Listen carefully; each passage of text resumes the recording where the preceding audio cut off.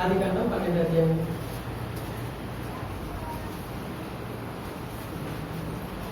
దాదాపు ఈ తాలపూడి ప్రాంతంలో కూడా ఈ లాక్డౌన్ సిచ్యువేషన్లో చాలా మంది సేవకుడికి మన తాలపూడి మండలంలో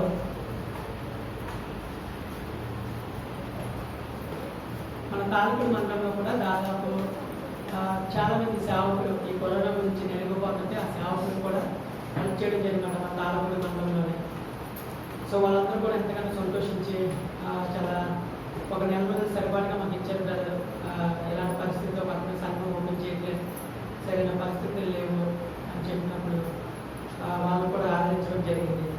సో మా కొరకు మీరు తప్పనిసరిగా ప్రార్థన చేయండి, అనేక విషయాల కోసం మీరు చేయాలని ప్రయత్నం చేస్తాను. ఈ వెతుకు ఆదికాండం 12వ అధ్యాయం 1-2 వచనాలు దయచేసి తీసిన వారు సహాయం చేయాలని ఉంచున్నాను.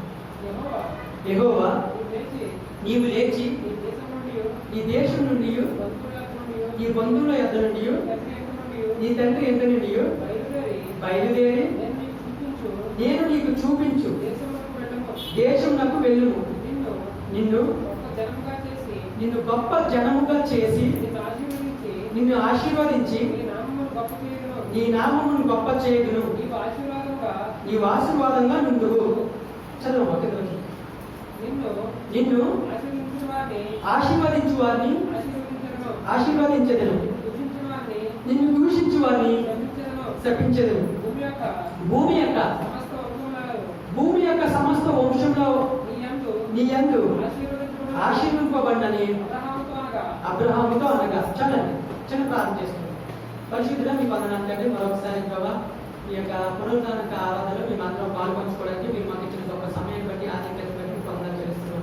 అయ్యా కూడి వచ్చిన ప్రతి బిడ్డని మీ ఆదాయం ఉంచుకోండి. నీ దాసులను నోరుకు వచ్చి నువ్వు నోరు తెలుగు దాన్ని బాగా నింపిందని మీకు శ్రమిస్తున్నట్టుగా మీరే సూటిగా స్పష్టంగా మాట్లాడమని, విత్తబడిన వాక్యం మా ప్రియుల జీవితంలో నూరంతలుగా ఫలించడానికి మీ దగ్గర చూపించమని మా ప్రియులు రక్షకుడైన యేసుక్రీస్తు నామములో ఈ ప్రార్థన సమర్పిస్తున్నాం తండ్రి. ఈ ఆదికాండం 12వ అధ్యాయంలో ఈ విషయం మనం చాలాసార్లు చదివే ఉంటాం. అబ్రహాం యొక్క జీవిత చరిత్ర గురించి చాలాసార్లు మనం వినే ఉంటాం. మన దైవ సేవకులు మనకు అనేకసార్లు బోధించి ఉంటారు. సో ఈ వాక్యంలో నుంచి మనం ఒక కొత్త కోణంలో మనం మాట్లాడుకుందాం. ఈ యొక్క మెసేజ్ టైటిల్ పేరు విధేయత. ఏంటంటే విధేయత. ఈ మెసేజ్ యొక్క టైటిల్ పేరు విధేయత. యాక్చువల్గా అబ్రహాము ఒక అన్యజనుడు, అంటే దేవుడు నమ్ముకోలేదు.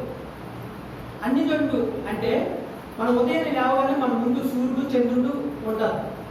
ఉదయం అయితే సూర్యుడు, రాత్రి అయితే చంద్రుడు ఉంటారు. ఆ యొక్క బొమ్మలను చేసుకుని అమ్ముకునేవాడు. సూర్యుడు బొమ్మల్ని, చంద్రుడి బొమ్మల్ని, అలాంటి విగ్రహాలను వాళ్ళ తండ్రి పేరు ఎలాగో అవి చేసుకుని అమ్మేవాడు. అలాంటి అబ్రహాము ఒక రోజులో ఒక ఆలోచన పుట్టింది. ఏంటంటే దేవుడు అన్నవాడు మనుషుల చేత సృష్టించబడడం ఏంటి, మనుషులే కదా దేవుడు అన్నవాడు సృష్టించాలి. ఈ ఆలోచన ప్రారంభమైంది. నా పాయింట్ మీరు చాలా ఫాస్ట్గా అర్థం చేసుకోవాలి. అబ్రహాం మధ్యలో ఒక ఆలోచన పుట్టింది. ఏంటంటే దేవుడు అన్నవాడిని మనం అమ్మడం ఏంటి, దేవుడు అన్నవాడు మన మీద అధికారి కదా, మనుషుల మీద అధికారి కదా దేవుడు. అలాంటిది దేవుడిని మనం అమ్మడం ఏంటి, దేవుడి మీద మనం అధికారం చెలాయించడం ఏంటి, దేవుడికే కదా అన్ని విషయాలు తెలుసు. కానీ దేవుడిని మనం ఆధిపత్యం చేయడం ఏంటి, దేవుడు మనల్ని ఆధిపత్యం చేయాలి కానీ అనే ఆలోచన పుట్టి తన తండ్రి చాలా సంవత్సరాలుగా అబ్రహామునికి ఇలాంటి వ్యాపారం అందించి తన తండ్రి తన అన్నదమ్ములు అన్ని కూడా ప్రిపేర్ చేస్తుంటే అబ్రహాం మాత్రం ఒక తోపుడు బండి మీద తోసుకెళ్ళి ఈ విగ్రహాలను అమ్ముకుంటూ వచ్చేవాడు. అలా సంవత్సరాలు గడిచిపోయి కానీ ఒక రోజుకి దేవుడు ఎందుకో మనసులో ఒక ఆలోచన వచ్చింది అబ్రహాంకి. అసలు ఈ విగ్రహాలన్నీ దేవుడిని అమ్ముతున్నాం, కానీ దేవుడు అన్నవాడు మనకంటే బియాండ్, అంటే చాలా అదుపుడు. ఆయన కాలానికి అతీతంగా ఉండేవాడు. ఆయన కాలంలో ఉండేవాడు కాదు దేవుడు. కాలం అన్నది ఆయన స్వాధీనంలో ఉంటుంది. కాబట్టి కాలం వెనక్కైతే రాగలుగుతుంది, అవసరమైతే ముందుకైనా ఆయన తీసుకెళ్ళగలుగుతాడు. అలాంటి దేవుడిని మనం దేవుడిని అమ్మడం ఏంటి, దేవుడిని మనం సృష్టించడం ఏంటి, మనమే కదా దేవుడి చేత సృష్టించబడ్డాం అని ఆలోచన వచ్చి ఆయన బండి పక్కకు పెట్టి ఒకసారి ఈ ఆలోచిస్తూ ఉంటాడు. ఈ ఆలోచించినప్పుడు తన మదిలో ఈ ఆలోచన పుట్టినప్పుడు ఏంటి, నేను ఈ పని చేస్తాను, దేవుడు అన్నవాడిని నేను అమ్మడం ఏంటి, ఆయనే కదా నన్ను సృష్టించింది, నా మీద ఆయన అధికారి కదా అని ఆలోచన ఎప్పుడైతే వచ్చిందో ఒక్కసారిగా తను ఆలోచించడం మొదలుపెట్టాడు. మొదలుపెట్టినంటే అప్పుడు దేవుడు ప్రత్యక్షమయ్యాడు. ఏంటి తెలుసా? ఇప్పుడు చదవమా. యెహోవా నీవు లేచి నీ దేశం నుండి నీ బంధువుల యొద్ద నుండి నీ తండ్రి ఇంట నుండి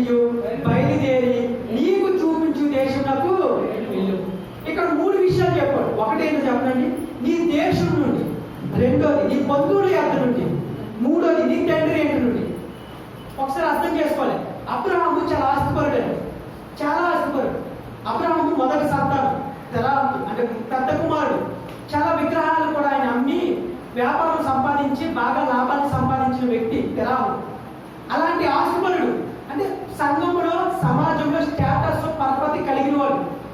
అలాంటి అబ్రహాముని దేవుడు ఎప్పుడైతే ఈ ఆలోచన వచ్చిందో దేవుడికి చాలా ఇష్టమైంది.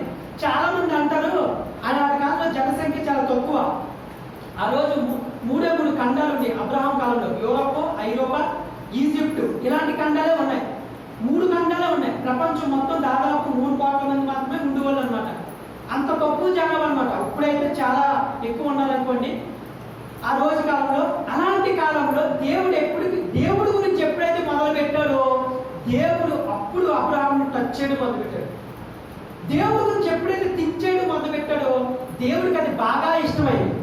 దేవుడు నేను ఎప్పుడు దర్శిస్తావు తెలుసండి, నువ్వు ప్రత్యేకంగా కూర్చుని దేవుడి గురించి ఆలోచించినప్పుడే దేవుడు నీ మదిలో ఆయన పుట్టడానికి ఇష్టపడతాడు. ఆయన ఎవరిని బలవంతంగా మార్చడు. అంటున్నాడు, నేను తలుపు యొద్ద నుండి తట్టుచున్నాను, ఎవడు నా స్వరమిని తలుపు తీయనో నేను అతనితోను అతని నాతోను కలిసి భోజనం చేయను. మీకు రిఫరెన్స్ కావాలంటే ప్రకటన గ్రంథం ఒకసారి తీస్తారా? 3వ అధ్యాయం 19వ వచనంలో ఉంటారు. ప్రకటన గ్రంథం 3వ అధ్యాయం 19వ వచనం. యోహాను సువార్తలో కూడా ఉంటుంది అది. 19వ వచనం.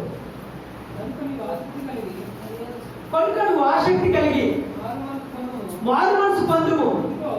ఇదిగో తలుపునొద్ద నిలిచి ఉండి తట్టుచున్నాను, ఎవడైనను నా స్వరము విని తలుపు తీసిని ఎడల నేను అతని యొద్దకు వచ్చి అతనితో నేను నాతో కూడా అతను భోజనము చేయము. హల్లెలూయా చెప్తారు ఒకసారి. హల్లెలూయా. సాక్షాత్తు దేవుడు ఏమన్నాడు తెలుసా? నువ్వు నాతో కలిసి భోజనం చేసే అర్హత నీకు ఇస్తున్నానయ్యా. ఎప్పుడో తెలుసా? నువ్వు నా స్వరమేని తలుపు తీసినప్పుడు. దేవుడు ఎప్పుడు నిన్ను దర్శించడానికి ఇష్టపడతా తెలుసా? ఎప్పుడు దేవుడు నిన్ను తన యొక్క చిత్తంలో రప్పిస్తా తెలుసా? నువ్వు దేవుడి గురించి మొట్టమొదటిగా ఆలోచన చేసినప్పుడు. నువ్వు దేవుడి గురించి ఆలోచన చేసింది ఎంతకాలమైంది?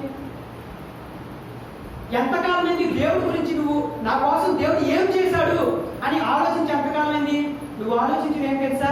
పిల్లలు వివాహం కావాలి, గర్భఫలం కావాలి, అప్పులు తీర్చుకోవాలి. ఇదే ఆలోచించుకుని దేవుడి మందిరానికి వచ్చి ఇదే రిక్వెస్ట్ చెప్తావు. నీ ఆలోచన అంతా ఈ గురించే, అవసరాలు అయ్యి. కానీ దేవుడు అంటే తెలిసి నా కొరకు ఎప్పుడైనా ఆలోచించావు? ఈ భూమి మీద నేను రావడానికి ఎంత కష్టపడ్డానో నీకు తెలుసా? ఎన్ని నిందలు ఎదుర్కొన్నాను తెలుసా? ఎన్ని అవమానాలు ఎదుర్కొన్నాను తెలుసా? ఈ లోకానికి వస్తే ఎలాంటి నిందలు అవమానాలు ఎదుర్కొంటానో నాకు తెలుసుంటే కూడా నేను విధేయత చూపించాడు. రామపత్రికలో మీకు చదివితే ఉంటుంది. తన తండ్రితో కూడా విడిచిపెట్టుకోని భాగ్యం ఎంచుకోలేదు. కానీ తన తండ్రికి ఇచ్చిన మాట ప్రకారంగా ఆయన తన్ను తాను సిలువు మీదకి అప్పగించుకోవటానికి విధేయత చూపించాడు. దేవుడి గురించి నేను దర్శించాలి అనుకున్నప్పుడు మొట్టమొదటిగా నీ మనసులో దేవుడి గురించి ఆలోచన ప్రారంభం అవ్వాలి. ఒక థింకింగ్ ప్రారంభం అవ్వాలి. నీ కొరకు దేవుడు ఏం చేశాడు, ఎంతగా ప్రాణం పెట్టాడు, ఎంతగా పౌరాలు దెబ్బతిన్నాడో నువ్వు ఆలోచించగలిగింది. ఎంతసేపు మనం ఏం చేస్తామంటే ఇవే, ప్రభా ఇది తీర్చు అది తీర్చు, ప్రభా ఈ మేచే ఆ మేచే. రోజంటే ఇద్దరు సహోదరులు ప్రార్థన చేస్తున్నారంట. ప్రార్థన చేస్తుంటే 2 గంటలు పెట్టాడంట దేవుడు అన్నాడంట, నా బిడ్డ ప్రార్థన చేస్తున్నా మీరు చూడండి అన్నాడంట. ఈ లోపల ఒక ఆయన ప్రార్థన చేస్తున్నాడంట, ఏంటి ప్రభా నా భార్య గర్భఫలం తెచ్చే, ప్రభా నా పిల్లడు చదువు, ప్రభా నా పిల్లడు ఉద్యోగం, ప్రభా నా పిల్లడు వివాహం. ఆ యొక్క గంపంతా కూడా రిక్వెస్ట్తో ఇలా నిండిపోతుందంట. కానీ ఈ గంపలో మాత్రం ఒక్క రొట్టు కూడా పడట్లేదంట. ఈ సహోదరుడి యొక్క గంపలో ఏంటని చూస్తే, ప్రభా నా కొరకు ప్రాణం పెట్టావయ్యా, థ్యాంక్స్ అంటాడు. ప్రభా ఈ లోకానికి వచ్చావు, మరియా యోసేపులు చాలా కష్టపడ్డారయ్యా, వివాహం కాకుండా ఆయనకి ప్రదానం చేయబడితే లోకం ఎంత నిందించిందో, ఇదంతా నా కోసమే కదా. ప్రభా శాస్త్రులు పరిచయలు ఒక ఓచ చేయగలవాన్ని తీసుకొస్తే మేలు చేసినందుకు నేను దూషించాను, అది నా కోసమే కదా ప్రభా. ఈరోజు క్రైస్తవుని అని చెప్తుంటే చాలా మంది హింసిస్తాను, కానీ పేతురు రాసిన పేతురులను చెప్తున్నాం, క్రైస్తవుడు అయినందుకే అది గర్వంగా నువ్వు ఫీల్ అవ్వమన్నావు ప్రభా. కానీ నేనైతే చాలాసార్లు క్రైస్తువుని చెప్పుకుంటా సిగ్గుపడ్డాను ప్రభా, నన్ను క్షమించు ప్రభా. ఇలా ప్రార్థన చేస్తుంటే ఈ 2 కప్పులు దేవుడు పక్కన పెట్టి చూశాడంట. అప్పుడు ఈ పక్కన ఉన్న సోదరుడు అన్నమాట, నాయన 30 సంవత్సరాల నుంచి నీకు ఇన్ని చేస్తున్నానే, ఒక్కసారి కూడా 30 సంవత్సరాలుగా ఇంకో ఈ సహోదరుడు చేసినట్టుగా కనీసం నేను నీకు గుర్తు రాలేదా? ఇంకా నీకు ఇది చేయి, అది చేయి, అది చేయి, ఇది చేయి అంటున్నావే. నీ ప్రయాణంలో కాపాడుకుంటూ వచ్చాను, నీ మార్గంలో కాపాడుకుంటూ వచ్చాను, నీ ఉద్యోగంలో వ్యాపారంలో కాపాడుకుంటూ వచ్చి నీకు లాభం ఇచ్చాను, తినడానికి తిండి ఇచ్చాను, కొనడానికి నివాసం ఇచ్చాను, కొట్టుకోవడానికి వస్త్రం ఇచ్చాను. ఇంకా వీటి గురించి చింతిస్తానే ఉన్నావు నాయన. మత్తయి సువార్తలో ఏం చెప్పాడు? నీ ప్రాణం గురించి, నీ వస్త్రం గురించి, ఏం తిందుమా, ఏం తాగుదుమా, ఏం ధరించుకుందుమా అని చింతించకడి ఆకాశ పక్షులు పోషిస్తున్న దేవుడు నేను నిన్ను పోషించలేనని సెలవిస్తే, ఇంకా 30 సంవత్సరాలుగా ఇంకా నీ అయిపోయింది, నీ తరం అయిపోయింది, నీ పెద్ద తరం, రేపొద్దు నీ మరణ తరం కోసం కూడా ఇదే నువ్వు అడుగుతూ ఉంటావా నాయన అన్నాడు. వాస్తవం కదా మన జీవితంలో. మన తరం అయిపోయింది, రేపొద్దు మన బిడ్డల కోసం ఓ ఫౌండేషన్ వేసేస్తున్నాం. ప్రభా నా బిడ్డల లైఫ్, నా కోడల లైఫ్, నా అల్లు లైఫ్ ఈ విధంగా ఉండాలి. రేపొద్దు నా బిడ్డలు కూడా ప్రభా అస్సలు బంజికోట్లో తిరగాలి, మంచి పరపతి స్టేటస్ మా సమాజంలో తగ్గకూడదు, మా ఇంటి పేరులో తగ్గకూడదు, మా వంశంలో తగ్గకూడదు. మేమంటే ఏంటి? ఎంత స్వార్థమైన బుద్ధి అండి మనది. ఎంత కాలం 30, 40, 50 సంవత్సరాలుగా ఇదే రిక్వెస్ట్ కదా నీ జీవితంలో. ఎప్పుడైనా దేవుడు చేసిన త్యాగం గురించి కానీ దేవుడు చేసిన ఆయన యొక్క ఆశీర్వాదాల గురించి ఎప్పుడైనా థ్యాంక్స్ చెప్పవా నువ్వు దేవుడికి? అయిలోనే చెప్పవా? మందిరానికి వచ్చింది కూడా దానికోసమే వచ్చింది తెలుసు నీకు.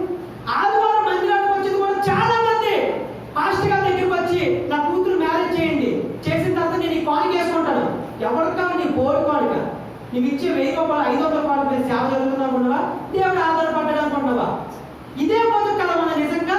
మందిరానికి వచ్చింది కూడా, ఆదివారం వచ్చింది కూడా, శుక్రవారం ఉపవాసం ఉంటుంది కూడా, శనివారం వచ్చింది కూడా, లేదా ఆన్లైన్ పేరుకి వచ్చింది కూడా, ఎవరికైనా ఫోన్ చేస్తే రిక్వెస్ట్ చెప్పింది కూడా ఇదే వైఖరి నీకు. ఎప్పుడైనా అబ్రహాము ఆలోచించినట్టుగా ఆలోచించావా? ఎప్పుడైనా అబ్రహాము ఆలోచించినట్టుగా థింక్ చేసావా? ఎన్ని రోజులు నీ జీవితంలో గడిచిపోవట్లేదండి? ఎప్పుడైనా దేవుడు థ్యాంక్స్ చెప్పవా? కృతజ్ఞత కలిగి ఉన్నావా? లేదండి. అనుకున్నాడు మీరు అడుగుతున్నా కానీ పొందలేకపోతున్నాం. కారణం ఏంటో తెలుసా? మీ భోగించిన నిమిత్తమే అడుగుతున్నాడు అన్నాడు పత్రికలో. భోగించిన నిమిత్తమే. ఉన్నదాంతో తృప్తి లేదండి ఈ రోజు మనిషికి. తృప్తి లేని జీవితం అది శాపం కంటే భయంకరమైనది. ఒక శాపం కంటే భయంకరం. ఎందుకు తెలుసా? ఉన్నదాన్ని నీ కళ్ళ ఉందని నువ్వు అనిపించలే, సంతోషించలే, దాన్ని ఆస్వాదించలేవు. ఇంకా ఏదో కావాలి, ఇంకా ఏదో కావాలి. ఎప్పుడైనా దేవుడికి థ్యాంక్స్ చెప్పవచ్చు. అసలు మందిరానికి ఎందుకు రావాలో నీకు తెలుసా? వచ్చిందే ఆ రిక్వెస్ట్ కోసం. ఆ అవసరాలు తీరిపోతే దేవుడు గుడ్ బై, పాస్టర్ గారు వందనాలు, అంతే వెళ్ళిపోవడం, మళ్ళీ ఎప్పుడుకో కనిపించడం. ఇదే వైఖరి కదండి.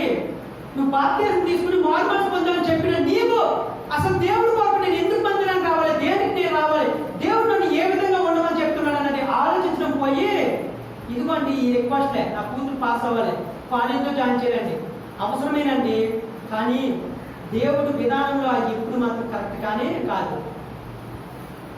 నీ దేవుడి గురించి ఆలోచించదని చెప్పు, ఆయన మనసులో స్థానం ఇవ్వడం చెప్పు, ఆయనకంటే ఒక ప్రయారిటీ ఇవ్వడం చెప్పు. నువ్వు చేసేదంతా భక్తి వ్యర్థమే, స్వార్థపూర్తమైన భక్తి.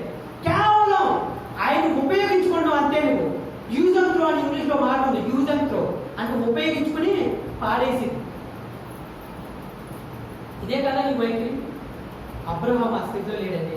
దేవుడు గురించి ఆలోచించినప్పుడు, దేవుడి గురించి తలంచినప్పుడు దేవుడికి అది ఇష్టమైపోయిందండి. దేవుడికి అది చూసి తట్టుకోలేక, అబ్రహామా వచ్చేవయ్యా, నీలాంటి కోసం నేను ఎదురు చూస్తున్నాను, నీలాంటి అంటున్నాడు. ఆయన కొడి దృష్టి అంట, ఎవరైతే వివేకం కలిగి దేవుడిని వెతకువారు కలరేమో అని ఆయన కొడుకంట లోకమంతా సంచరిస్తుందంట. హల్లెలూయా. ఈరోజు నిజంగా ఆయన కొడి దృష్టి సంచరిస్తున్నప్పుడు నీవు ఉన్నావా? డైరెక్ట్ గా నువ్వే క్వశ్చన్ వేసుకో. నిజంగా దేవుడు తన కొడు దృష్టి ఎవరు వివేకం కలిగి నా గురించి ఆలోచించేవాళ్ళు, 4 మాటలు నా గురించి చెప్పేవాళ్ళు, 4 మాటలు నా గురించి బోధించేవాళ్ళు, ఈ రోజు ప్రార్థనకు రామ్మా, ఈ రోజు ఫాస్టింగ్ లేదు, ఈ రోజు ఉపవాస ప్రార్థన లేదు, ఈ రోజు ఆన్లైన్ పేరు కనీసం చెప్పేవాళ్ళు, అతనితో పాటు ఒకరు వెంట పెట్టుకుని తీసుకుని వచ్చేవాళ్ళు ఎదురు చూస్తాడు దేవుడు. ఈరోజు మీ ఊరు ఎంతమంది ఉంది? ఎప్పుడైనా ఫ్రెండ్కి ఫోన్ చేసి లేదా మీ ఊరికి ఫోన్ చేసి ఎవరైతే మందిరానికి రావట్లేదో వాళ్ళు రమ్మని ఒక మాట చెప్పావు? నువ్వు డైరెక్ట్ గా క్వశ్చన్ నువ్వే వేసుకో. నీ ఫోన్ ఉంది, వాట్సాప్ ఉంది, దేవుడు అన్ని ఇచ్చే టెక్నాలజీ. హాస్పిటల్లో ప్రాబ్లం వచ్చిందంటే ఆటో కూడా ఫోన్ చేస్తాం, లేదంటే బైక్ కూడా ఫోన్ చేస్తాం, అని వాళ్ళకి ఏమో ఫోన్ చేస్తాం. మ్యారేజ్కి వెళ్ళాలంటే లేదంటే బర్త్డే విషయం ఉందంటే చెప్పాలంటే ఫోన్ చేస్తాం. ఒక్కరికి ఫోన్ చేసి నువ్వు బ్రదర్ ఈ రోజు ఆదివారం రండి నాతో పాటు అని ఒక్కరిని ఇన్వైట్ చేసావా, ఆహ్వానించవా? ఎందుకు చేయాలండి? దేవుడు నీకు మేలు అసలు ఏ కృతజ్ఞత? నీ పిల్లల్ని దేవుడు పోషించాలని నీకు ఆరోగ్యం ఇవ్వాలి చెప్పండి. ఈ రోజు కరోనాతో ప్రపంచం అంతా అల్లకొల్లం అయిపోయింది. ఎందుకు తెలుసా? అసలు చేస్తున్న భక్తి దేవుడికి ఇష్టం లేదు. కారణం ఏంటి తెలుసా? ఈ స్వార్థపూర్తమైన జీవితానికి అలవాటు పడిపోయావు. ఎంత కాలం చూసినా ఇదే వైఖరి.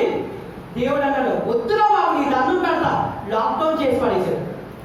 ఆయన కోరుకునేది తన మనసులో స్థానాన్ని కోరుకుంటాడు. ఈ హృదయంలో చిన్న స్థానం కోరుకుంటాడు. అది ఇవ్వలేకపోతున్నాడు నువ్వు దేవుడికి. తెలుసా విషయం? పేరుకే బాధ్యత తీసుకుని మారుమనసు పొంది రొట్టు ద్రాక్షరసంలో పాలు పంచుకుంటావు. కానీ నిజంగా దేవుడు తోడుగా వెళ్తే నువ్వు నిజంగా తేలిపో స్థితిలో ఉన్నావా? ఆయన నిజంగా బలాన్ని నమ్ముకుని మంచి దోషమైన స్థితిలో నువ్వు ఉన్నావా? నో మై ఫ్రెండ్స్, ఈ రోజులో చాలా మందిలో దేవుడి గురించి తలంపు లేని స్థితిలో ఉన్నారు. ప్రపంచంలో భయపడిపోతున్నా, ఇంకా భయం లేని స్థితిలో ఉన్నారు. వచ్చిన మొదటి ఒక వారం 2 వారాల్లో బిగ్గు బిగ్గుమంట 2 చేతులు పట్టుకుని ప్రాణం గుప్పెట్లో పట్టుకుని భయపడ్డారు అంతే. మళ్ళీ రోజులు గడిచిపోతే యథార్థత పదాలా చేయకూడదు. ఆ దేవుడి గురించి ఆలోచన లేదు, దేవుడి భయం గురించి ఆలోచన లేదు. ఎన్ని సంవత్సరాలు చూసినా అదే. తెల్లారైతే నీ పని ఆడబడే, తెల్లారైతే అక్కడికి ఎక్కడికి వెళ్ళాలని కొంతమంది పనులు కల్పించుకుని మోకరించి 10 నిమిషాలు ప్రార్థన చేసే స్థితి ఉందండి. 10 నిమిషాలు మోకరించలే స్థితి, మందిరానికి వచ్చినట్టు మోకరించలే స్థితి. ఇదే బుద్ధితో మనం బిహేవ్ చేస్తున్నాం, ఇదే బుద్ధితో కనుపరుస్తున్నాం. కాబట్టి దేవుడు ఆయనకు కోపం వచ్చింది, చాలా కోపం.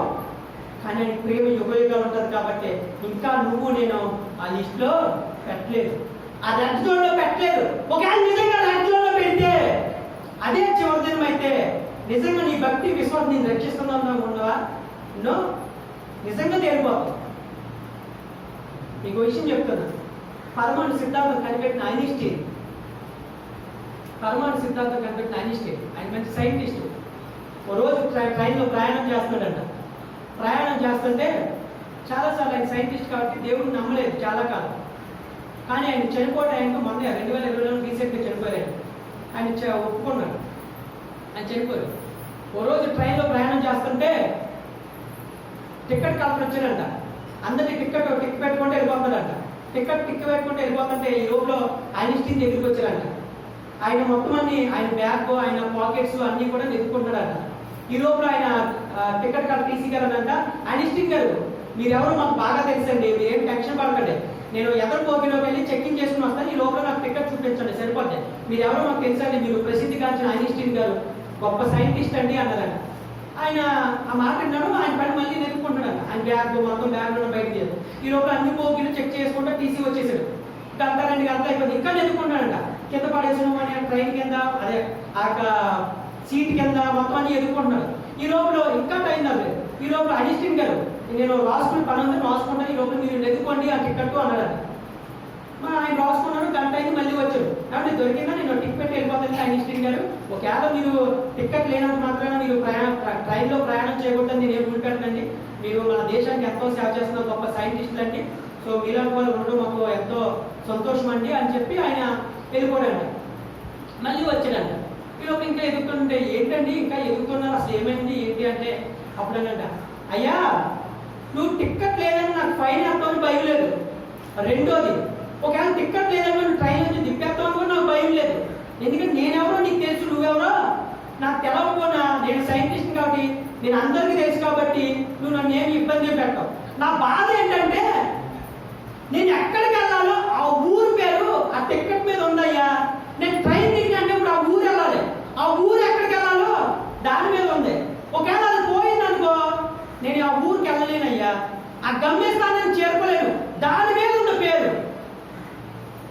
దాని అర్థమేంటో తెలుసండి, ఈ లోకయాత్ర ముగించిన తర్వాత నువ్వు ఎక్కడికి వెళ్ళాలో నువ్వు డిసైడ్ చేసుకోవాల్సింది ఇక్కడే. అక్కడికి వెళ్ళిన తర్వాత తత్కాల రిజర్వేషన్లో ఏముండవు అండి. అక్కడికి వెళ్ళిన తర్వాత వెయిటింగ్ లిస్ట్ ఏముండవు. ప్రభా ఒక 3 నెలలు గడివి ప్రభా ఉండదండి.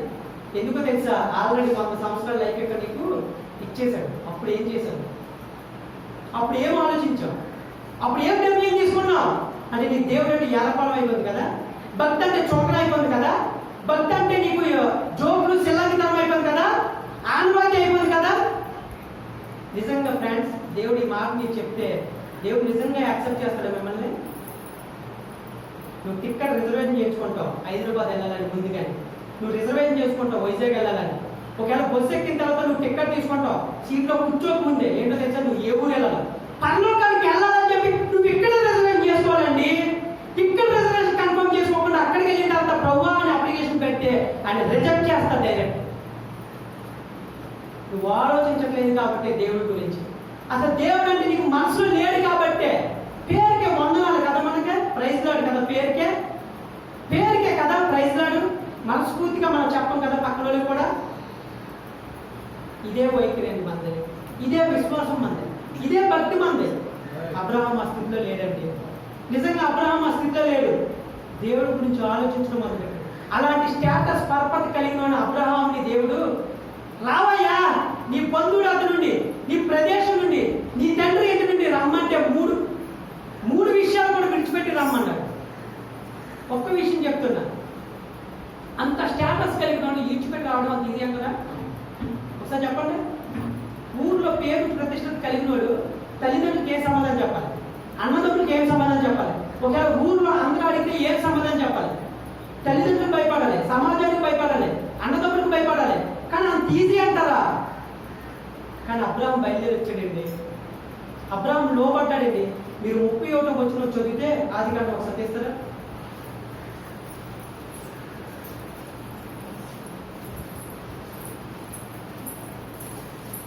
అదే 12వ అధ్యాయం 11వ వచనంలో అసలు నేను చెప్తానండి. మీరు 27వ వచనం దగ్గర నుంచి 32వ వచనం దాకా మీరు చదివితే ఈ 12వ అధ్యాయంలో లింక్ మీకు అర్థమవుతుంది. అక్కడ అబ్రహాము, మీరు 31వ వచనం చదవండి ఒకసారి, మీకు అర్థమవుతుంది సింపుల్. తెరాహు తన కుమారుడు అబ్రహామును, 11వ అధ్యాయం 37వ వచనం నుంచి చదివి.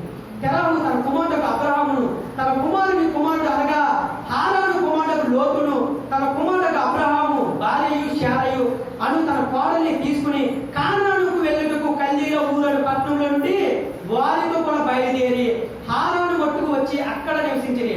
తెరాహు బ్రతికిన దినములు 205 ఏళ్ళు. తెరాహు హారాన్లో మృతి పొందాను. అర్థమైందండి? దేవుడు పిలిచినప్పుడు కల్దీయులు అనే పట్టణంలో ఊరు అనే చిన్న గ్రామం ఉంటుంది. ఆ ఊరు మీరు అపోస్తల కార్యాలు 6-7 అధ్యాయాలు చదివితే స్టెఫను అప్పుడు చనిపోతా అబ్రహాం యొక్క విశ్వాసం గురించి, అబ్రహాం యొక్క ప్రయాణం గురించి, అబ్రహాం చేసిన గొప్ప త్యాగం గురించి అక్కడికి వివరిస్తూ ఉంటాడు. స్టెఫను చనిపోతా ఆ రోజు రాళ్ళతో కొడుకు చంపేస్తున్నప్పుడు రామ ప్రభుత్వం స్టెఫను అప్పుడు అపోస్తల కార్యాలు 6-7 అధ్యాయాలు మీరు ఇంటికి వెళ్తా చదవండి. అబ్రహాం గురించి మొత్తం వివరిస్తాడు. అబ్రహాం అప్పుడు బయలుదేరండి కుటుంబాన్ని, తండ్రి ఇంటి నుండి. అతనితో పాటు ఎవరు వచ్చారంటే తన తండ్రి కూడా వచ్చాడు. వచ్చిన తర్వాత కానాను పట్టణంలో, హారాను అనే పట్టణంలో వచ్చిన తర్వాత అక్కడ కొన్ని ఏళ్ళు నివసించిన తర్వాత అక్కడ చనిపోయాడు. తెరా దేశాన్ని విడిచిపెట్టాడు, 2వ బంధువులను విడిచిపెట్టాడు, 3వ తండ్రి ఇంటి నుండి బయలుదేరాడు. వస్తా ఎవరు వచ్చాడు? లోతు వచ్చాడు. లోతు కూడా ఆస్తి కలవాడే. లోతు కూడా చాలా ఆస్తిపడు, పనివాడు, బహు ఆస్తిపడు. ఆ రోజు ఆస్తి అంటే ఇప్పుడు భూమిలో లేకపోతే ఏం కదండి, ఈ గొర్రెలు, మేకలు, ఎడ్లు, గాలి ఇలాంటివే ఆస్తి అనమాట. ఈ ఆస్తి పట్టుకుని లోతు కూడా బయలుదేరాడు అబ్రహాంతో పాటు. దేవుడు ఇక్కడ ఒక వాగ్దానం చేశాడు. ఏంటో తెలుసు అబ్రహాంకి, నువ్వు నన్ను ఇవన్నీ విడిచిపెట్టి వస్తే అబ్రహాం నీకు విషయం చెప్తాను. ఏంటో తెలుసా సూటిగా, నువ్వు ఆశీర్వదించు వారిని నేను ఆశీర్వదిస్తాను, నువ్వు శపించు వారిని నేను శపిస్తాను. నీ వలన సమస్త జనులు, సమస్త దేశములు కూడా, ఒక్క దేశం అని చెప్పలేదండి, సమస్త దేశములు కూడా నీ వలన ఆశీర్వదించబడును, నీ వలన ఆశీర్వదించబడు సమస్త దేశం. ఈ వాగ్దానం అబ్రహాము చేశాడు. కానీ అబ్రహాము చేసిన ఈ వాగ్దానం దేవుడు అబ్రహాము జీవితంలో నెరవేర్చడానికి చాలా సంవత్సరాలు పెట్టిందండి. దేవుడు తన జీవితంలో అబ్రహాము లోబడుతూ వచ్చాడు. కానీ అబ్రహాము జీవితంలో ఈ వాగ్దానం నెరవేర్చబడడానికి దేవుడు అబ్రహాముని ఎంతగా తోమాడో తెలుసండి, ఎంతగా నడిపాడో తెలుసండి. అబ్రహాము కాలంలో కరువు వచ్చినప్పుడు తన భార్యను తీసుకుని ఐగుప్తు దేశం వెళ్ళినప్పుడు అక్కడ అబ్రహాము ఏం చేశాడో తెలుసా? అబద్ధమాడాడు. నువ్వు నాకు చెందుడు అని చెప్పు, కారణం ఏంటో తెలుసా? నువ్వు అందగెత్తివి. ఈ దేశ ప్రజలు దేవుడు అంటే భయము భక్తి లేనివారు. ఒకవేళ నీ అందాన్ని చూసి నిన్ను స్వాధీనం చేసుకుంటే నన్ను చంపేస్తావేమో. చాలా నువ్వు నాకు ఏ ఉపకారం చేయవలసిన లేదు, కానీ నా ప్రాణం కొరకైనా నువ్వు నాకు చెల్లెలు అని చెప్పు. కానీ ఇక్కడ దేవుడు అబ్రహాంకి ఏం చేశాడు? అయ్యా నీ ఇసుక రేణు వల్లే చేస్తాను. అబ్రహాంకి కుమారుని అనుగ్రహించడానికి అబ్రహాంకి ఎన్ని సంవత్సరాలు పట్టింది తెలుసండి? 25 సంవత్సరాలు వెయిట్ చేశాడండి అబ్రహాం. 25 సంవత్సరాలు ఇస్సాకు దేవుడు వాగ్దానం ఇచ్చిన తర్వాత ఇస్సాకు పుట్టడానికి దాదాపు 25 సంవత్సరాలు పెట్టిందండి అబ్రహాంకి. కానీ దేవుడు ఇచ్చిన మాట నెరవేర్చడం లేదా? దేవుడు ఎందుకు అన్ని సంవత్సరాలు టైం తీసుకున్నాడో తెలుసండి? ఎందుకు తీసుకున్నాడో తెలుసా? దేవుడు అక్కడ ముందుగానే చెప్పాడు, కండిషన్ పెట్టాడు. మనకి 2 రకాల ఆశీర్వాదాలు ఉంటాయండి. ఒకటి మీకు చెప్తున్నాను చూడండి. ఒకటి నువ్వు అడగకపోయినా వచ్చే ఆశీర్వాదాలు. ఏంటి కాదు నేను అడగకపోయినా వచ్చింది అంటారా? మీకు అర్థమైనా చెప్తాను. ఉదయాన్నే నువ్వు రాత్రి పడుకునే ముందు ప్రభా నేను రాత్రి బతకాలి కదా, నాకు సూర్యుడు వచ్చినా చేయ నువ్వు అడుగుతున్నావా? సూర్యుడు రావట్లే మనకు ఉదయాన్నే. ఆ సూర్యుడు రాత్రి నీ డే టైంలో ఏదైనా పనులు చేసుకుంటూ కుదురుతుందా? పాల ప్యాకెట్ వాడు పాల ప్యాకెట్లు అమ్ముతున్నారు. ఒకవేళ ప్రభా పాల ప్యాకెట్ టీ పెట్టుకోవాలి పాలు తాగాలి ప్రభా ప్లాన్ చేస్తావా? కొట్టుకెళ్ళి షాప్కి వెళ్తే నువ్వు పాల ప్యాకెట్ దొరకలే, తిండికి వెళ్తే లోపల ఉండట్లే.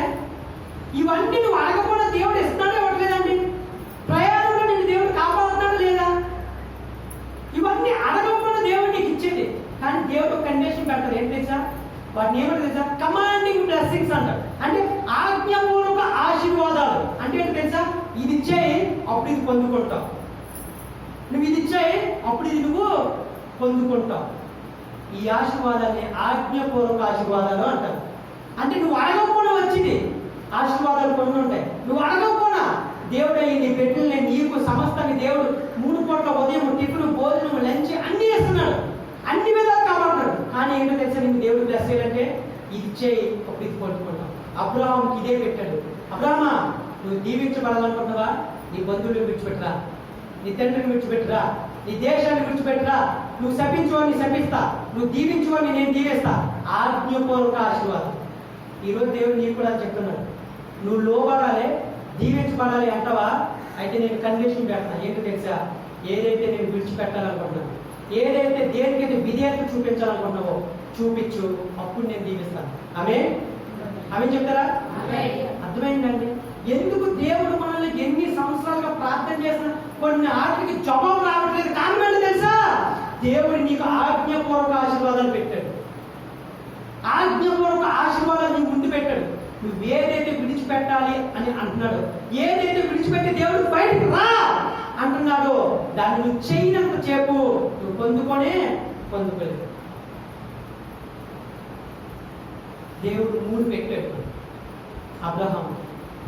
వాటన్నిటినీ విధేయత చూపించుకొచ్చాడు. అబ్రహాంకి అబద్ధం అనే తత్వం ఉంది. ఆ ఐగుప్తు పట్టణం వెళ్ళినప్పుడు కలుగుతో అబద్ధం ఆడాడు. కానీ దేవుడు అక్కడ కలగజేసుకున్నాడు. ఎందుకో తెలుసండి?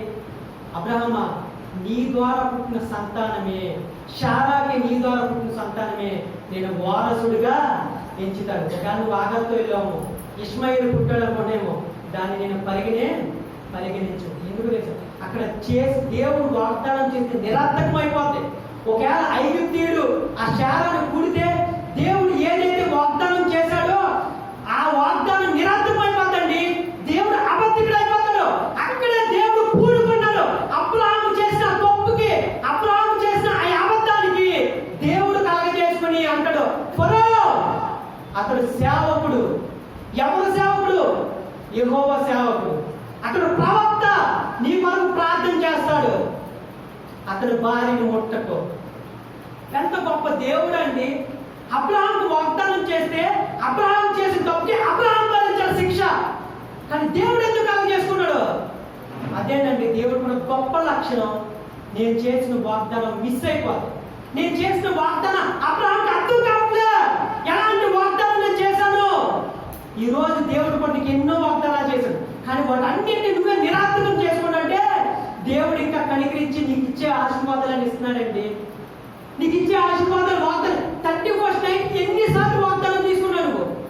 ఎప్పుడన్నా ఇలా చేయి పట్టుకుని ప్రార్థన చేసావా? బ్యాగ్లో పెట్టేసి అక్కడే పెట్టేసావా? లేదా కిటికీలో పాడేసావా? దాన్ని అలా మర్చిపోయావా? ఆ రిఫరెన్సే గుర్తులేదా? ఇక్కడికి రావడం, కళ్ళు మూసుకోవడం, 10 రూపాయలు కాన్ చేయడం, వాగ్దానం తీసుకోవడం, అంతే కదండి. బయటకు వెళ్ళిన తర్వాత నీకే వాగ్దానం వచ్చింది, నాకే వాగ్దానం. ఎంత చులకనైన బుద్ధి అండి మనకి. ఆ వాగ్దానం దేవుడిది, నా జీవితంలో దేవుడు నెరవేర్చడానికి ఇచ్చారని చెప్పి దాన్ని శ్రేష్టంగా ఎక్కువ ఇంటికి వెళ్ళి గోడ మీద అంటించుకుని దాని వరకు ప్రతిరోజు ప్రార్థన చేసుకోవాలి. విశ్వాసం ఎంతమంది ఉన్నారండి మనలో అసలు? నీకోమో ఆశీర్వాదాలు కావాలి, ప్రార్థన మాత్రం చెయ్యి. నీకోమో బ్లెస్సింగ్ కావాలి, దేవుడు మాత్రం ఆడుకో. అన్ని దేవుడు కొనుక్కోవాలండి, అన్ని దేవుడి మీద బాగా ఆయనే చూసుకుంటాడే. అదే మన ఇంట్లో బర్త్డే జరిగితే, మ్యారేజ్ జరిగితే అందరికి ఫోన్ చేసి ఒరే ఏది తక్కువ కాకూడదు, ఏది తక్కువ కాకూడదు కదా. ఎంత అవివేకంగా మనం బతికేస్తామండి అసలు, ఎంత స్వార్థంగా బతికేస్తాం చూడండి. మన విశ్వాసం ఎంత ఉందో.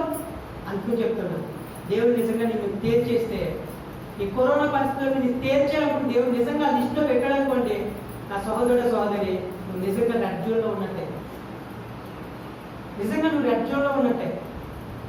అబ్రహాం చేసిన వాగ్దానాన్ని దేవుడు నిరార్థకం చేయలేక, అయ్యో నా కుమారుడు నా కొరకు ఆలోచించిన అబ్రహాంని నేను ఎలాగా ఆ వాగ్దానం నిరార్థకం చేస్తున్నాను. ఫరోను గద్దించాడండి దేవుడు.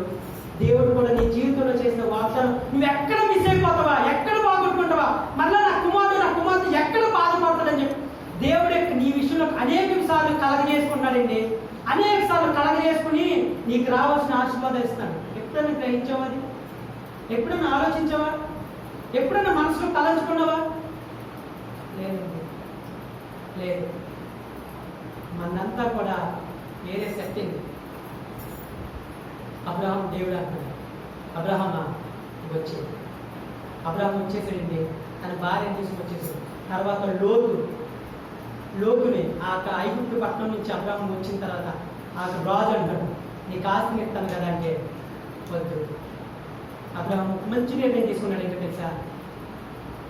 నీ వలన నేను ఆస్వాదించబడ్డానని చెప్పి, నీ వలన నేను ఆస్తికర్తనయ్యానని చెప్పి, నేను ప్రపంచంలో ఆ పేరు మాత్రం తెచ్చుకొని ఎందుకో తెలుసా? సాక్షాత్తు నా దేవుడైన యెహోవాయే నన్ను అనేక జన్మలకు తండ్రిగా చేయబోతున్నాడు. అన్ని విడిచిపెట్టి వచ్చి నాకు ఏ లోటు చేయని నా దేవుడికి నేను మచ్చ మాత్రం ఎప్పుడైనా తీసుకున్నాను నిర్ణయం? నా కష్టార్జితం అండి అంటావు. ఉద్యోగం చేసి సంపాదించండి రా అంట కూతురుతో తెలియదు. ఒక్క మాట అండి, ఒక కీర్తనలో ఒక మాట ఉంటుంది, ఏం తెలుసా? తూర్పు నుండైనను పడమటి నుండి ఎచ్చి పొలుగుంది అన్న నరుడు కష్టం చేత ఆ వృత్తిని అభివృద్ధిలోకి తేలేడు. మీకు విషయం చెప్తున్నాండి, యాకోబు చాలా అసుపరుడు కదా. తన తండ్రి తన అన్నను మోసం చేసి యాసావుని వచ్చేసాడు, లాభానికి వచ్చేసాడు. తన మేనమామ కూతురు పెళ్లి చేసుకున్నాడు. ఓకే, అతను కూడా మంచి గొర్రెలు మేకలు సంపాదించాడు, మంచి ఆశపడు. 2 భార్యలు, 2 ఉపపత్నులు, చక్కగా లేయా ఉందే, రాహేలు ఉందే, తర్వాత జిల్పా ఇలా 2 దాసికత్తులు ఉన్నారు, గొర్రెల పనివారు, గాడుగులు, బహుగా దీవించబడ్డాడు. కానీ నాకు వచ్చినట్టు తెలుసా? ఎందుకు దేవుడు దేవుడిని ఎందుకు నువ్వు నన్ను ఆస్వాదించు అన్నాడు? తన యాకోబు ఇంటికి, తన అన్నగారి దగ్గరికి యాకోబు బయలుదేరిపోతున్నప్పుడు చాలా ఆశపడు కదండి యాకోబు, అప్పటికి చాలా ఆశపడు. అయినా దేవుడు ఎందుకు ఆ రోజంతా రాత్రంతా యాకోబు, ప్రభువా నన్ను దీవిస్తేనే కానీ నేను విడిచిపెట్టను అన్నాడు? మీకు విషయం చెప్పనా? దేవుడు దీవించకపోతే అండి నీ కళ్ళ ముందు ఉన్న వాటిని నువ్వు తినలేవు, అనుభవించలేవు, వెళ్ళిపోద్ది అంతే. ఎలాగెళ్ళిపోతుందో తెలుసు. ఒకవేళ నీ కష్టం చేసుకుని, నా కష్టార్జితం అండి, నా ఉద్యోగం అండి, నా సంపాదన అండి, రాత్రి బాగా నిద్రలేక కష్టపడ్డానండి, ఈ స్థితికి వచ్చి నేను చెప్పుకోనేమో. దేవుడు దాన్ని దీవించకపోతే అది నీ పిల్లలు కూడా అనిపించలేదు. యాకోబు అది గ్రహించాడు. యాకోబు గుర్తెరిగాడు, ప్రభా ఇదంతా నీదేనయ్యా, నేను ఒట్టివాడిగా వెళ్ళాను, కానీ ఈరోజు నువ్వు దీవించుకోక, కానీ ఇదంతా నేను అనుభవించాలంటే, ఇదంతా నా బిడ్డలకి దీవెనకరంగా మారాలంటే, ఇదంతా సిరి చర్చలో వేసినట్టుగా పోకూడదంటే. కొంతమంది సంపాదిస్తారు, ఊరికి వెళ్ళిపోతుంది హాస్పిటల్ వాళ్ళు. కొంతమంది ఊరికినే అప్పులు కట్టేస్తూ ఉంటారు, కనీసం ఉన్నట్టుంటే తెల్లారా వెళ్ళి వెళ్ళిపోతుంటాయి ఆర్కేయలకి. ఎందుకో తెలుసా? అది నీ కష్టంగా భావిస్తుంది తప్ప ఇది దేవుడికి ఇచ్చిందని నువ్వు గ్రహించట్లేదు. దేవుడు థ్యాంక్స్ చెప్పట్లేదు. అంటున్నాడు, నరుడు కష్టం చేత దాన్ని ఏమాత్రం వృద్ధిలోకి తేలేడు. ఈరోజు నువ్వు కష్టం అనుకుంటున్నావు కదా, అబ్రహాము మంచి నిర్ణయం తీసుకున్నాడు. పొలో నాకు ఒక్క నూడు పోకుండా నాకు వద్దయ్యా, నేను సాక్షాత్తు దేవుడిని యెహోవా చేత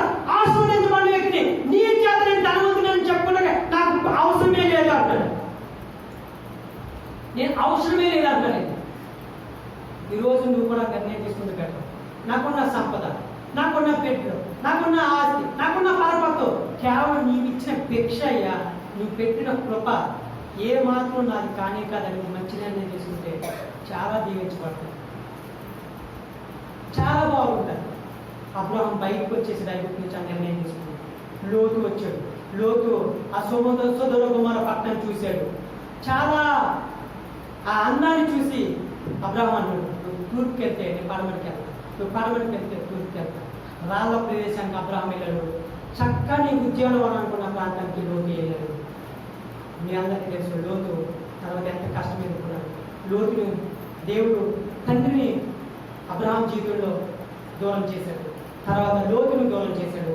తర్వాత ఐగుప్తు నుంచి ఆ అబద్ధాన్ని తత్వం నుంచి అబ్రహాంకు పాట నేర్పించి దేవుడు అబ్రహాంకి ఒక పాట నేర్పించాడు. తర్వాత అబ్రహాం అంటాడు 22 అధ్యాయం చేస్తారు ఒకసారి చూడండి. 22 అధ్యాయం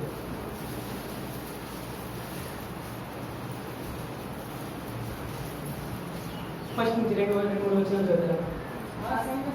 ఆ సంగతులు జరిగిన తరువాత దేవుడు అబ్రహామును పరిశోధించెను. ఎట్లాగా ఆయన అబ్రహామా అని పిలువగా అతడు చిత్తము ప్రభువా అనెను.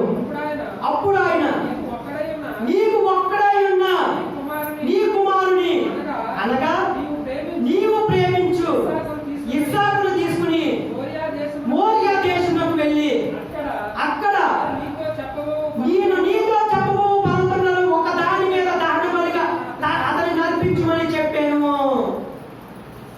ఒక్క విషయం అండి, అబ్రహాంకి లేక పుట్టాడండి 25 సంవత్సరాలుగా. దేవుడు 75 సంవత్సరంలో అబ్రహాంకి వాగ్దానం చేస్తే 25 సంవత్సరాలు పెట్టింది ఆ వాగ్దానం నెరవేర్చడానికి. అబ్రహాంకి 100 సంవత్సరాలు వచ్చేసి దాటుకొని శారాకు గర్భం కూడా నిలిచిపోయింది, మొక్కతుల్యమైపోయింది. అలాగ లేక దేవుడు ఇస్తే చివరికి మళ్ళీ దేవుడు ఏమన్నాడు తెలుసండి, అబ్రహామా నీవు ప్రేమిస్తున్న ఇస్సాకుని నేను చూపించు ఒక పర్వతంలో బలిగా అర్పించే. ఎంత కఠినమైన పరీక్ష అండి. Think my friends, just think my, ఎంత కఠినమైన పరీక్ష అండి. లేక పుడితే 25 సంవత్సరాలుగా నువ్వు ప్రేమిస్తున్న ఇస్సాకు నాకు బలిగా అర్పించే. అబ్రహామా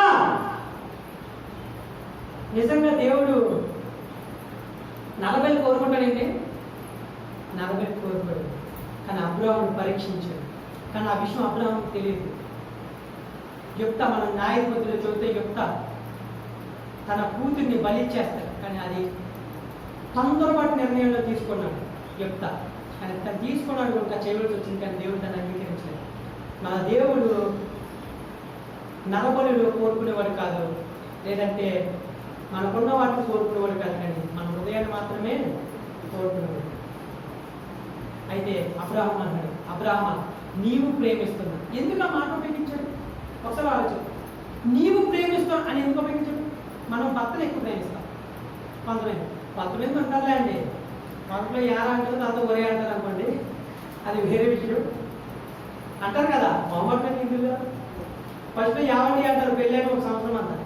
తర్వాత యారా ఒరే మీ నాన్నతో వీడు అంటారు. ఒకవేళ నీ భర్తగా వచ్చింది అని మన గౌరవం తప్పకూడదు. మన భర్తను గౌరవించాలి, భార్యను కూడా ప్రేమించాలి. భర్త దేవుడు చెప్పిన భర్త. మనకేమైపోద్ది అంటే రోజులు గడిచే కొద్దీ మన భర్త మన పిల్లలు ఎచ్చోట్ల అయిపోతున్నారు. మనకే అన్నీ తెలుసు. చిన్న మనసుకొద్దారు, చిన్న మనం చెప్పింది వాళ్ళు ఎంతో లేదా ఇలా కాదు అలా కాదు ఇలా చేద్దామంటారు. దానికి మనం అంగీకరించినప్పుడు వాళ్ళ మీద గౌరవం మనం మెల్లగా తొలగించేసుకుంటాం. నోమల్ ఫ్రెండ్స్ మనం పెంచుకోవచ్చు, కానీ ఎదుటి వాళ్ళకి ఇబ్బందిగా ఎఫెక్ట్గా ఉండేటట్టు మాత్రం ప్రవర్తించుకోండి. సంసారం చాలా ఇంపార్టెంట్. ఎందుకు దేవుడు అబ్రహామును నీవు ప్రేమిస్తున్నావు అన్నాడు? మన పిల్లల్ని ఎక్కువ ప్రేమిస్తాం, వాళ్ళ కోసం ఏదేం చేస్తాం. ఒరే నేను కష్టపడినంత నీ కోసమే కదా, నేనేమైనా వెనకేసుకొస్తానా, నువ్వు సుఖంగా ఉండాలనే కదా అంటాం. దేవుడు వాక్కు సెలవిస్తున్నాడు. ఎందుకు తెలుసా? నాకంటే ఎక్కువగా ఎవడైతే దేవుడిని అయితే ప్రేమిస్తాడో ఈ లోకంలో ఉన్నదాన్ని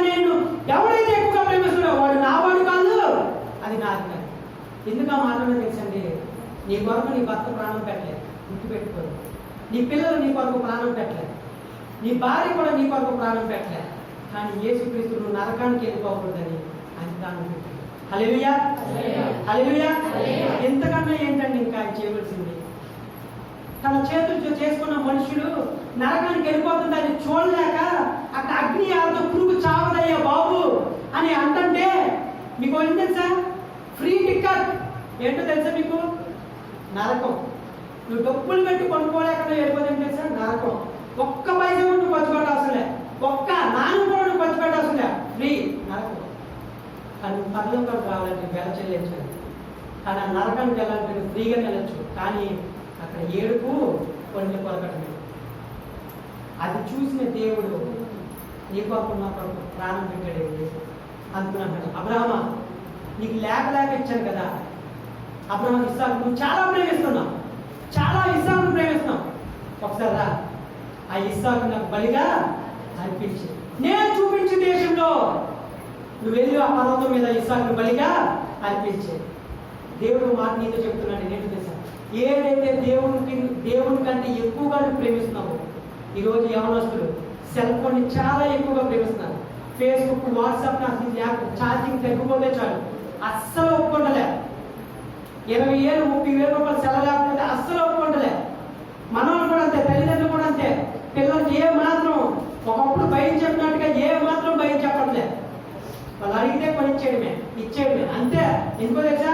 వాళ్ళ కొడుకు అనుకుంటాడు నా కొడుకేమో తక్కువ, నా కొడుకేమో తక్కువ లేదా నా కూతురు మంచి రోజు చేసుకొచ్చింది అనుకోండి. నెక్స్ట్ వీక్ ఒక అమ్మాయి ఎవరైనా చూసావా ఆ అమ్మాయి ఎలా చేసుకొచ్చిందో, ఏమైనా నీకు కూడా ఏమైనా నేను పెట్టుకోవచ్చుగా.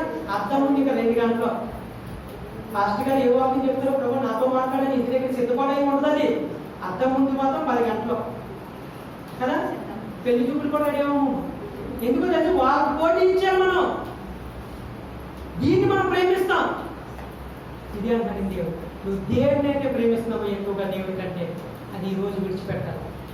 అబ్రహాం ఇస్సాకు చాలా ప్రేమించాడు, తప్పేం కాదు. కానీ అబ్రహాం పరిశీలించాడు దేవుడు నాకంటే ఎక్కువ ప్రేమిస్తున్నాడు. అబ్రహాం ఇప్పుడు దాకా నన్ను చాలా ప్రేమించాడు, నా గురించి ఆలోచించాడు. కానీ ఇస్సాకు విషయంలో ఎలా ఉంటాడు?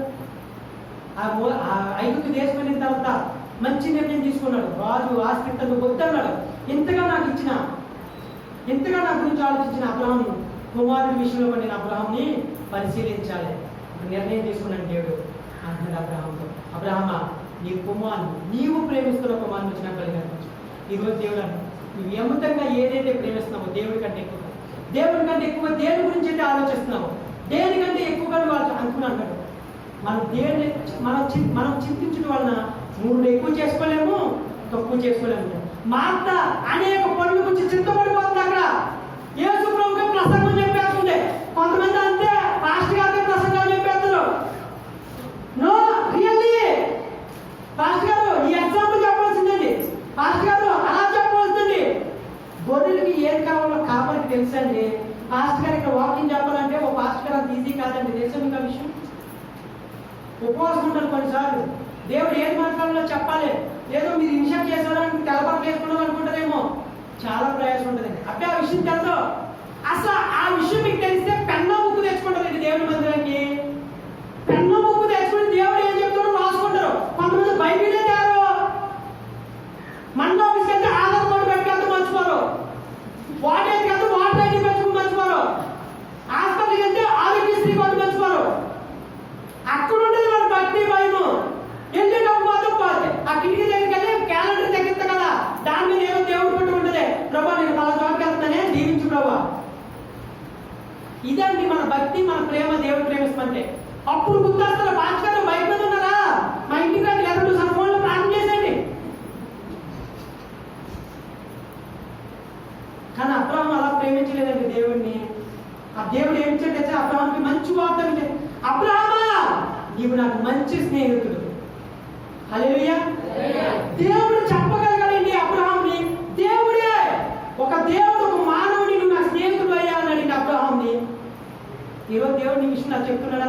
అమ్మ మరియమ్మ నువ్వు నా స్నేహితురాలు, అమ్మ మార్తమ్మ నువ్వు నా స్నేహితురాలు, పేట్రో నువ్వు నా స్నేహితుడు అయ్యా. నీ పేరు ఏదైతే అది పెట్టుకోక చెప్పగలుగుతున్నాడా?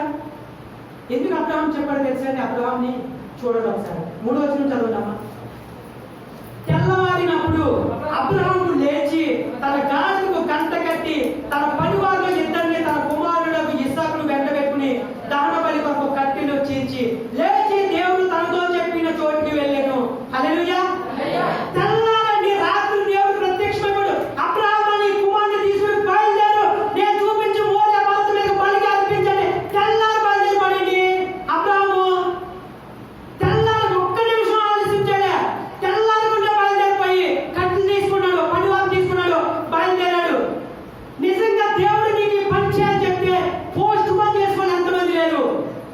ఈ పాపాన్ని విడిచిపెట్టు, సినిమాలు సీరియల్ విడిచిపెట్టు, అబద్ధాలని తత్వాన్ని విడిచిపెట్టు, నీకున్న పాపం క్షణిక ఆవేశాన్ని విడిచిపెట్టండి. వెంటనే లోబడి వాళ్ళు ఎంతమంది ఉన్నారు? అబ్రహాం వెంటనే లోపడ్డాడండి. అసలు 15 సంవత్సరాలు పుట్టిన కుమారుడిని బలిగా అర్పించాలంటే ఎంత కావాలో దేవుడికి లోపడాలంటే హృదయంలో ఎంత కమిట్మెంట్ ఉండాలి. ఒక్కరోజు ఆలోచించలేదండి. ప్రభా నేను ఆలోచించుకుని చెప్తానని చెప్పలే, ప్రభా నేను నిర్ణయం తీసుకుంటానని చెప్పలే, ప్రభా నేను నీకు తర్వాత చెప్తానని చెప్పలేదండి. వెంటనే లోపల నా దేవుడు అడిగాడు, నా దేవుడు ఎక్కువ కాదు ఆయన వాగ్దానం చేశాడు, అన్నట్టుగా నాకు కుమారుడు ఇచ్చాడు, ఆయనకి ఇష్టమైనది తీసుకుంటున్నాడు. ఈ రోజు దేవుడు నీకు అదే అంటాడు, నువ్వు నన్ను ప్రేమిస్తున్నట్లయితే నిన్ను ఏదైతే విడిచిపెట్టాలో అది విడిచిపెట్టు, రా బయటికి రా దాని నుంచి. ఒక్క కుమారుడు అండి అబ్రహాము రమ్మంటే తెల్లారే బయలుదేరపడండి. వెంటనే లోపడి వాళ్ళు ఎంతమంది? దేవుడు ఎన్ని సంవత్సరాలుగా నీకు విధేయత చూపించమని ఈ విషయాల్లో సరి చేసుకోమని నిన్ను పదే పదే హెచ్చరిస్తుంటే ఇంకా పోస్ట్ పోన్ చేసుకోవడం వస్తున్నావు కదా. ఆ అమ్మాయిని విడిచిపెట్టు, అక్రమ సంబంధాన్ని విడిచిపెట్టు, ఈ ధనాపేక్షను విడిచిపెట్టు అని చెప్తున్నంటే ఇంకా దానికి నువ్వు ప్రోత్సాడుతున్నావు. ఎంతమంది లేరు? ఎంతమంది లేరు? బంధువులతోనే ఫోన్ చేసి మాట్లాడలేని వాళ్ళు ఎంతమంది లేరు? ఫంక్షన్కి వెళ్ళినా, పబ్బాలకి వెళ్ళినా కొంచెం సంతోషంగా 10 నిమిషాలు కూర్చొని బాగుండాలని మాట్లాడలేని వాళ్ళు ఎంతమంది ఉన్నారండి? ఇంకా కక్షలుగా ప్రతీకారాలతో చోటిస్తూ పేరు వదలని చెప్తూ ఇక్కడికి వస్తూ ఎంతమంది లేరండి? అయ్యో మన క్రైస్తవం ఇదే స్థితిలో ఉంటే సారీ మై ఫ్రెండ్స్, దేవుడు ఓ రోజు నీకు నిజంగానే సారీ చెప్తాడు. ఓ రోజు దేవుడు నీకు నిజంగానే రెడ్ జోన్లో పెడతాడు. ఓ రోజు దేవుడు నీకు నిజంగానే తోసిపుచ్చేస్తాడు. అబ్రహాం తెల్లారే ఇవ్వబడ్డాడండి, బయలుదేరాడు. చూడండి 13వ. అప్పుడు అబ్రహాము 10వ. అప్పుడు అబ్రహాము తన కుమారుని వధించుటకు తన చెయ్యి చాపి కత్తి పట్టుకొనగా యెహోవా దూత పరలోకం నుండి అబ్రహామా అబ్రహామా అని పిలిచెను. అందుకు అతడు చిత్తము ప్రభువా అని. చూడండి, అబ్రహాము లోపడ్డాడు. తండ్రి కొడుకు అన్నాడు, కత్తిని ఎక్కడినారా, గొర్రె ఎక్కడిది అంటే యెహోవా ఈరే, యెహోవా చూసుకున్నాడు. కొడుకుని తీసుకెళ్ళాడండి, కత్తులు పేర్చాడండి, కట్టాడండి, వధించాడని కూడా కత్తి ఎత్తాడండి. ఆలోచించలే అబ్రహాము. నిజంగా నీకు అంత సమర్పణ ఉందా దేవుడి పట్ల? నిజంగా నీకు అంత ఉందా? ఈరోజు నేను ఏమైనా దేవుడితో పోరాటం చేయాలి రాత్రికి, ఈరోజు దేవుడితో ఏదైనా ఉపవాసం ఉండాలి, ఈరోజు దేవుడితో ఏదైనా నా పాపాలు ఒప్పుకుని నేను సెట్ అయిపోవాలి దేవుడితో అని కమిట్మెంట్ ఉందా నీకు? నిజంగా దేవుడు ఏదైతే విడిచిపెట్టాలనుకుంటారో అది విడిచిపెట్టిన తీర్తా, 100 ఆరైనా అని నీకు నిజంగా నిర్దిష్టమైన ప్రణాళిక ఉందా? అబ్రహాం కత్తెత్తేయాడండి, కుమారుని అప్పగించడానికి కత్తెత్తేయాడండి. అయ్యగారు మేమే ఒక చైర్ ఇస్తామండి గుళ్ళోకే, మా పేరు రాయండి. మేము ఒక బెంచ్ ఇస్తామండి, ఒక పేరు రాయండి. ఫ్యాన్ ఇస్తామండి, బయట పేరు మాత్రం ఉండాలండి, పేరు మాత్రం. ఇది నీ కమిట్మెంట్. ఇది మాత్రం ఉండదు, ఇది ఈ హృదయంలో స్థానం మాత్రం ఉండదు. దేవుడు యాక్సెప్ట్ చేయడండి. పాస్టర్ గారు నా పేరు చదవలేదా క్రిస్మస్ కానుకల్లో? సంఘం మారిపోతాం కావాలంటే ఏమైంది? ఇదే సంఘం అండి, చెరువులో 3 సంఘాలు ఉన్నాయి. అవసరమైతే గౌరీ పక్కన వెళ్ళిపోతాం. లేదా లేదా విజేత అది కాదండి. సేవకు లోబడాలి, సంఘానికి లోబడాలి, సంఘ పెద్దలకు లోబడాలి, విశ్వాసులకు లోబడాలి, గౌరవించాలండి. అదే నువ్వు దేవునికి లోబడ్డాడు. అబ్రహాం లోబడ్డాడు, అబ్రహాం విధేయత చూపించాడు, అబ్రహాము తగ్గించుకున్నాడు దేవుడి పట్ల. నాకు మీ ముందే చెప్పండి, విధేయత. దేవదూత ప్రత్యక్షమైపోయాడు. దేవుడు అక్కడి నుంచి అబ్రహాం చూస్తున్నాడు. ఆ పరలోక రాజ్యం నుంచి 2 కళ్ళు అప్పగించి కోట్ల దేవదూతలు అందరినీ కూడా ఒక్కసారిగా అబ్రహాం వైపు తిప్పి నా కుమారుడు అబ్రహాం చూడండి అని చెప్పి అబ్రహాం దేవదూత ప్రత్యక్షమై ఒక్క మంచి మాట్లాడుతుంది చూడండి. ఆ చెప్పు ముగించుకుందాం. అప్పుడు అబ్రహాము తన కుమారుని వధించుటకు తన చెయ్యి చాపి కత్తి పట్టుకొనగా యెహోవా దూత పరలోకం నుండి అబ్రహామా అబ్రహామా అని పిలిచెను. అందుకు అతడు చిత్తము ప్రభువాను. అప్పుడు ఆయన ఆ చిన్నవాడి మీద చెయ్యి వేయకము, అతని ఏమి చేయకము, నీకు ఒక్కడై ఉన్న నీ కుమారుని నాకు వెనుక తీయలేదు కనుక నీవు దేవునికి భయపడు వాడు అని ఇందువల్ల నాకు కనబడుచున్నదనిను. అప్పుడు అబ్రహాము కన్నులెత్తి చూడగా పొదలో కొమ్మేలు తగులుకుని ఉన్న ఒక పొట్టేలు వెనుక తట్టున కనబడెను. అబ్రహాము వెళ్ళి ఆ పొట్టేలును పట్టుకుని తన కుమారిగా పెట్టి దహనబలిగా అర్పించెను.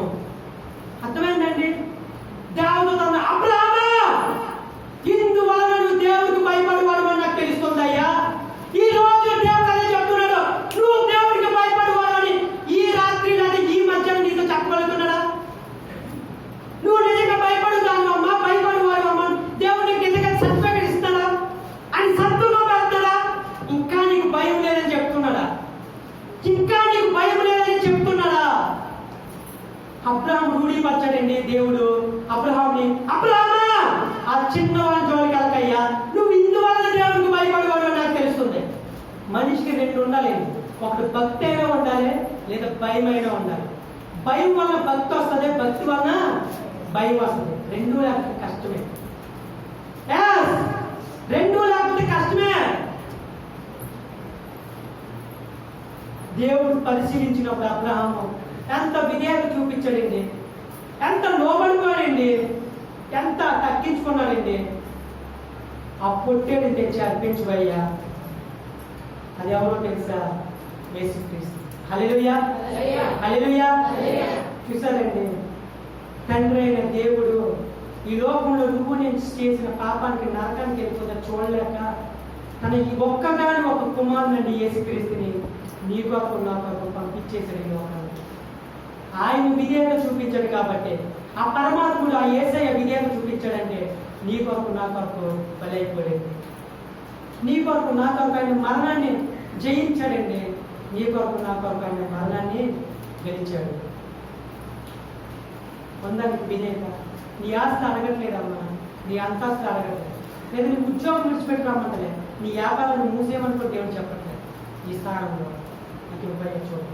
ఈ హృదయంలో చిన్న స్థానం నాకు ఇవ్వాలి. నువ్వు ఏదైతే అమృతంగా ప్రేమిస్తున్నావో దాన్ని విడిచిపెడతావా? నాకంటే ఎక్కువ దేని గురించి ఆలోచిస్తున్నావో అది పక్కన పెట్టేస్తావా? నీ బ్యాంక్ బ్యాలెన్స్, నీ ఆస్తి నాకు వస్తుంది, నీ పరపత్వ స్టేటస్ నాకు వద్దయ్యా. అబ్రహాము విధేయత చూపించినట్టుగా నాకు చూపించయ్యా. నేను కోరుకుని ఇంతే కదా అడిగాను, నేను ఇంతే కదా నేను అడిగాను. దేవుడు ఎంత రిక్వెస్ట్ చేస్తున్నాడని నిన్ను నన్ను. ఈ మాత్రం మనం చూపించలేమంటారా? ఈ మాత్రం విధేయత చూపించలేమంటారా? ఇంకా దేవుడి మీద తిరగబాటు చేద్దామంటారా?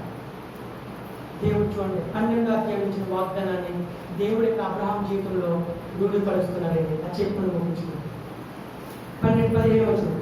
యెహోవా దూత 2వ మారు పరలోకం నుండి అబ్రహాము పిలిచి ఇట్లా, నేను నీకు ఒక్కడై ఉన్నా, నీకు ఒక్కడే అయి ఉన్నా నీ కుమారుని వెనుక తీయక ఈ కార్యము చేసినందున నేను నిన్ను ఆశీర్వదించి ఆకాశ నక్షత్రం వలెను సముద్ర తీరమందలి ఇసుక వలెను నీ సంతానము నిశ్చయముగా విస్తరింపజేసేదను.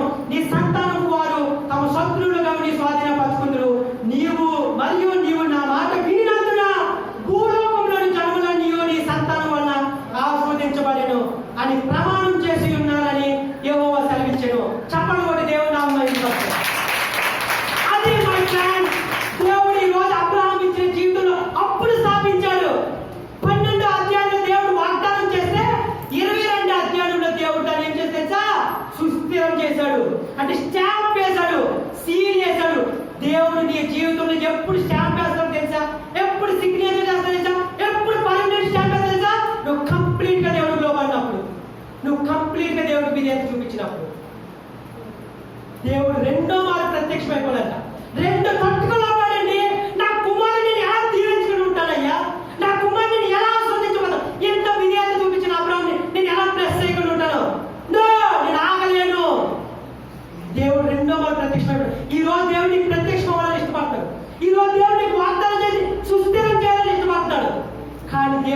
ఏం కోరుకున్నది సార్? విధేయత. విధేయత. విధేయత. నువ్వు స్టాంప్ వేసుకోవాలనుకుంటున్నావా? దేవుడు చాలా సీరియల్ అనిపించుకుంటావా? నీ కుటుంబం పట్ల, నీ పట్ల దేవుడు ఏ వాగ్దానం చేసుకోవడానికి డిక్లేర్ చేసుకోవాలనుకుంటున్నావా? నువ్వు చూపించుకోవాల్సింది ఏంటో తెలుసు, ఒకటే విధేయత. అబ్రహాం అన్నాడు, అబ్రహామా నీ వల్ల క్షణంలో ఆస్వాదించబడతాయా, నేను ఇక్కడ భూమి పనిచేస్తా. ఎంత మంచి దేవుడు అంటే! ఇలాంటి దేవుడు నీ ముందు నా ముందు ఉంటే, నీ ముందు నా ముందు దేవుడు ఉండి ఎంత ఆనందాన్ని సంతోషం దేవుడు ఇంకా విధేయత చూపించడానికి పొద్దుకున్న జీవితంలో లైఫ్లో ఉన్నాం మనం. ఇంకా మన దేవుడి మీద తిరగబాటు చేస్తామా? ఎంతగా దేవుడిని నేను పోల్చుకుంటారు, ఎంతగా దేవుడిని సహిస్తున్నారు, ఎంతగా దేవుడిని తట్టుకుంటున్నారు. ఫ్రెండ్స్, ఇంకా నీకు దేవుడు రెడ్ జోన్లో పెట్టాడు. ఆ స్థితి మాత్రం తెచ్చుకోకూడదు. అర్థం మీరిపోతాం. ఆ గీత క్రాస్ చేయకూడదు. నీ చేతుల్లో ఉండగానే, ఇంకా టైం ఉండగానే, ఇంకా సమయం ఉండగానే దేవుడికి విధేయత చూపించు. నీ వలన శత్రువులు గౌరవం కూడా నువ్వు స్వాధీనపరచుకుంటావు. నీకు నేను రూఢీపరిచేస్తాను. ఎంత మంచి వాగ్దానం అంటే దేవుడు నీ జీవితంలో చాలా వాగ్దానాలు చేశాడు. కానీ దేవుడు ఏమంటాడు తెలుసా? నాకు విధేయత చూపిస్తాను. అబ్రహాం దీవించినట్టుగా, అబ్రహాం ఆశీర్వదించినట్టుగా, అబ్రహాం బ్లెస్ చేసినట్టుగా నేను కూడా బ్లెస్ చేయాలని ఇష్టపడతాను. నేను కోరుకుంటూ ఉంటే విధేయత. ఆ విధేయత నేను కూడా లోపడుతున్నాను. మోకరిస్తారా?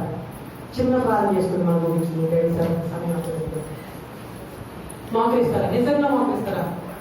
మనం ఉన్నది గట్టి నేల మీద కాదు, అద్భుతమైన టైల్స్ వేశారు దేవుడు సార్. మంచి నేల మీద మనం ఉన్నాం. మంచి సంఘాన్ని దేవుడు మనకి ఇచ్చాడు. మంచి చక్కని పేరులో మనం ఉన్నాం. ఇలాంటి గొప్ప మందిరాలు లేకుండా బాధపడే సేవలు చాలా మంది ఉన్నారు. కానీ దేవుడు మనకు మంచి ఫెసిలిటీ ఇచ్చాడు. రెండు చేతులు పైకెత్తి,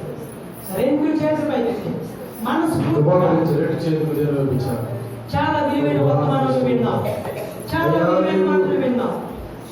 నా మనస్పూర్వకంగా నీకు నేను సాగిలి పడుతున్నాను, విధేయత చూపిస్తున్నాను. నేను యేసయ్యా, నీకంటే నేను ఏది కూడా ఎక్కువగా నేను ప్రేమించాను. కానీ దేవుని దగ్గర మనం ఒప్పుకుంటాం. ప్రభు, ఇంకా నేను తిరగబడుతున్నాను, వ్యతిరేకమైన మాటలు మాట్లాడుతున్నాను. అయ్యా, ఇంకా నీ సన్నిధిలో ఉంటూ, నీ సన్నిధిని ఆశ్రయిస్తూ, ఆదివారం అని నీ సన్నిధిలో నేను గడుపుతూ ఇంకా ఇంకా ఇంకా ఇంకా ఇంకా ఇంకా అవిధేయుడిగానే ఉండిపోతూ, నీ మాటను లెక్క చేయకుండా పెద్ద చెవులు పెడుతూ, ఇంకా నీకు వ్యతిరేకంగా ఉంటూ, ఇంకా నీ ఆశీర్వాదాలను నేను అనుభవించకుండా, నీ దీవెనలు నేను ఇంకా పొందుకోకుండా, అయ్యా ఈ మధ్యాహ్న సమయంలో అయ్యా నీ కుమారుడు ద్వారా నాతో మాట్లాడాను.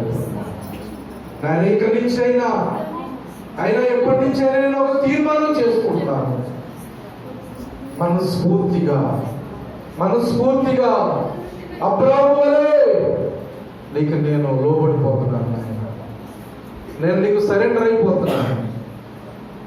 నేను నీకు విధేయుడైపోతున్నాను నాయన. యేసయ్యా, యేసయ్యా నాయన, నీవు తప్ప నాకెవరో లేదు నాయన. నీవు తప్ప నాకేది ఎక్కువ కాదు నాయన. అయ్యా, నీవు తప్ప నేను ఎక్కువగా నేను ఎవరిని ప్రేమించను నాయన. తీర్మానం చేసుకుంటాం. Hallelujah, hallelujah, hallelujah, hallelujah, hallelujah. Praise praise.